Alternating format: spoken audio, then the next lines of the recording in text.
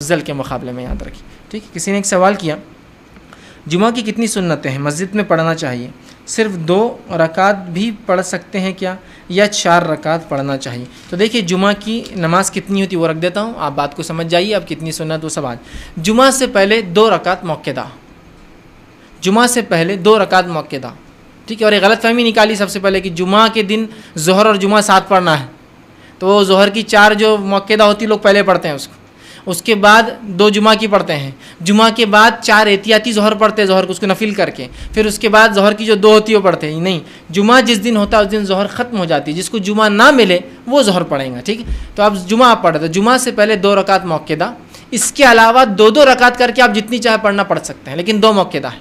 उसके बाद जुमा की 2 रकात फ़र्ज़ है, याद रखिए। बहुत से लोग बोलते हैं जुमा की नमाज़ सुन्नत है, फ़र्ज़ है ये 2 रकात। और उस दिन ज़ोहर नहीं होंगी, इसलिए कि खुतबा जुमा 2 रकात की जगह ले लेता है, इसलिए 2 करते हैं। 4 जो ज़ोहर होती है, जुमा को 2 क्यों की गई, क्योंकि खुतबा जुमा एक्स्ट्रा होता है उस दिन। ठीक।